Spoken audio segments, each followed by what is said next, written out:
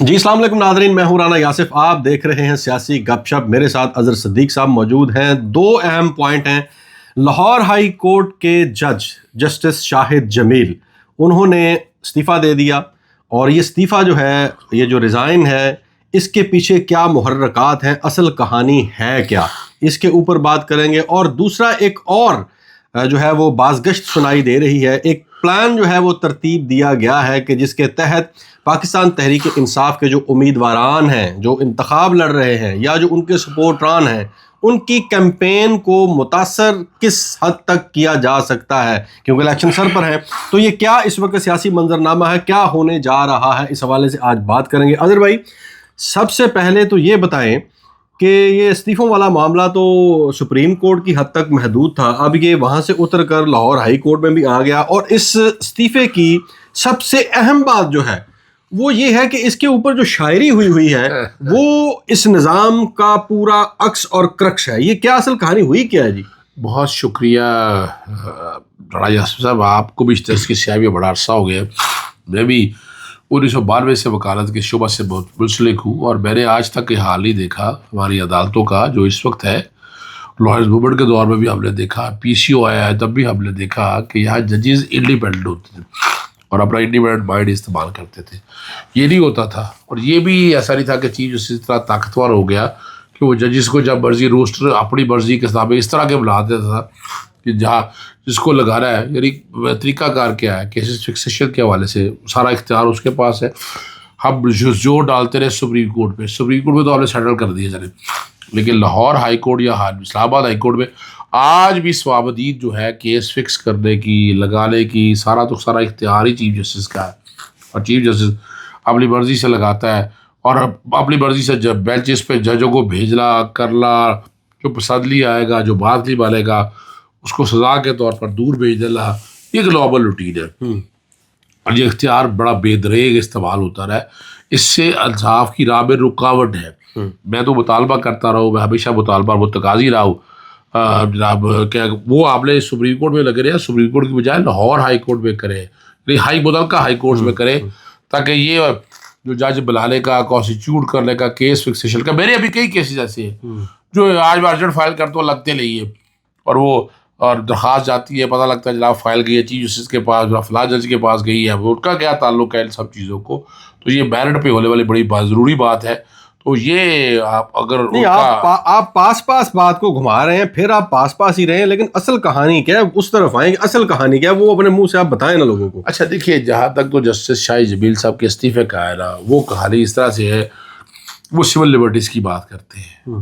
وہ کہتے ہیں کہ ججز کے کاموں میں مداخلت نہیں ہونی چاہیے، سفارش نہیں آنی چاہیے، کوئی پریشر نہیں آنا چاہیے۔ مداخلت تو ہو رہی ہے، جیسے شوکت صدیقی صاحب میرے خیال سے یہی فرما رہے تھے۔ بابا دیکھیں، اب یہی بات ہے، لیکن جسٹس شاہد جمیل صاحب نے یہی اس بات کو بڑا برداشت کیا، انہوں نے، اور اسی لیے اور چونکہ ایماندار آدمی ہے، نظام کے ساتھ وہ ایسے نظام میں رہ نہیں سکتے، حالانکہ ان کی ہمدردیاں جو ہے نون لیگ کے ساتھ اپنی جگہ پر رہے، علامہ مشہور صاحب کے پارٹنر میں رہے ہیں، ہمارے بڑے اچھے دوست رہے ہیں، لیکن ان اصولوں کے اوپر لگتا ہے کوئی کمپرومائز نہیں۔ یعنی مجھ سے آپ پوچھے تو میں تو اندھیرے میں نہیں جا سکتا، وائی شوڈ آئی گو، میں کیوں جاؤں اس ایسے نظام کے اندر کہ جس نظام سے، اور پاکستان تحریک انصاف اور جو یہاں تک پہنچے ہیں، زیادہ تر ذمہ داری عدلیہ کی ہے۔ لیکن یہ جو انہوں نے استعفے کے اوپر اشعار لکھے ہیں، اس کے اوپر بڑی باتیں ہو رہی ہیں، اور بڑی شاعرانہ طبیعت کا وہ ایک تھا استعفیٰ۔ دیکھیے، مطلب وہ نظام کے اوپر وہ کچھ سوالات اٹھا رہے ہیں، باغی نظام کے اوپر آپ دیکھیں ذیلی پستی یا ذیل پہ اتنا پریشر لے کے تو نہیں چل سکتے۔ آج اگر کہے کہ چیز سب آزاد ہے، بالکل آزاد نہیں ہے، یہ بتا دوں میں آپ کو، وہ نہیں یہ بالتا نہ بالے، لیکن ہمیں یہ پتہ ہے کہ کس طرح جو کچھ ہو رہا ہے، ہم دیکھ رہے ہوتے ہیں کہ یہاں ہمارے جو بار کونسلز ہیں، یا بار ایسوسیشن ہے، یا دوستیاں یاری ہے، وہ انفلوئنس کرتے ہیں اس نظام کو، اور اس نظام سے نکلنا، جو اس جکڑے ہوئے نظام سے نکلنا اتنا آسان کام نہیں ہے۔ اچھا چلیں، اس سے تو نکلا جا بھی نہیں سکتا میرے خیال سے، جو حالات چل رہے ہیں یا جس تسلسل کے ساتھ چیزیں چل رہی ہیں، اور جس طریقے سے یہ بتایا جا رہا ہے کہ چیزیں مینج کر کے چلائی جا رہی ہیں۔ چلیں، بہرحال یہ تو وقت بتائے گا کہ نظام کیسے چل رہا ہے کیسے نہیں چل رہا۔ اچھا، یہ کچھ چہمگوئیاں ہو رہی ہیں مارکیٹ کے اندر، کچھ باتیں آ رہی ہیں کہ جناب اب ایک نیا کوئی کریک ڈاؤن شروع کیا جانے لگا ہے، اور ہدف ہوں گے پاکستان تحریک انصاف کے وہ امیدواران جہاں پر ان کی کچھ پوزیشن بہت مضبوط ہے، اسٹرانگ ہے، اور ویسے مضبوطی کے حوالے سے تو آپ کو پتہ ہے جتنے سروے آئے ہیں یا جتنی اس وقت دوڑ لگی ہوئی ہے، لیکن یہ کہا جا رہا ہے کچھ شکایات آ بھی رہی ہیں تسلسل کے ساتھ، اور یہ بھی کہا جا رہا ہے کہ شاید کچھ کانسٹیچوئنسیز میں یہ کچھ ہونے لگا ہے، کچھ اس والے سے کوئی خبریں ہیں یا صرف یہ؟ نہیں دیکھیں یہ حقیقت ہے. میں سردار لطیف کھوسہ صاحب کے پاس رہا ہوں، ان کی کیمپین کے حوالے سے سلمان اکرم عیاض صاحب کے دفتر کے لوگوں کے ساتھ میں رابطے میں ہوں.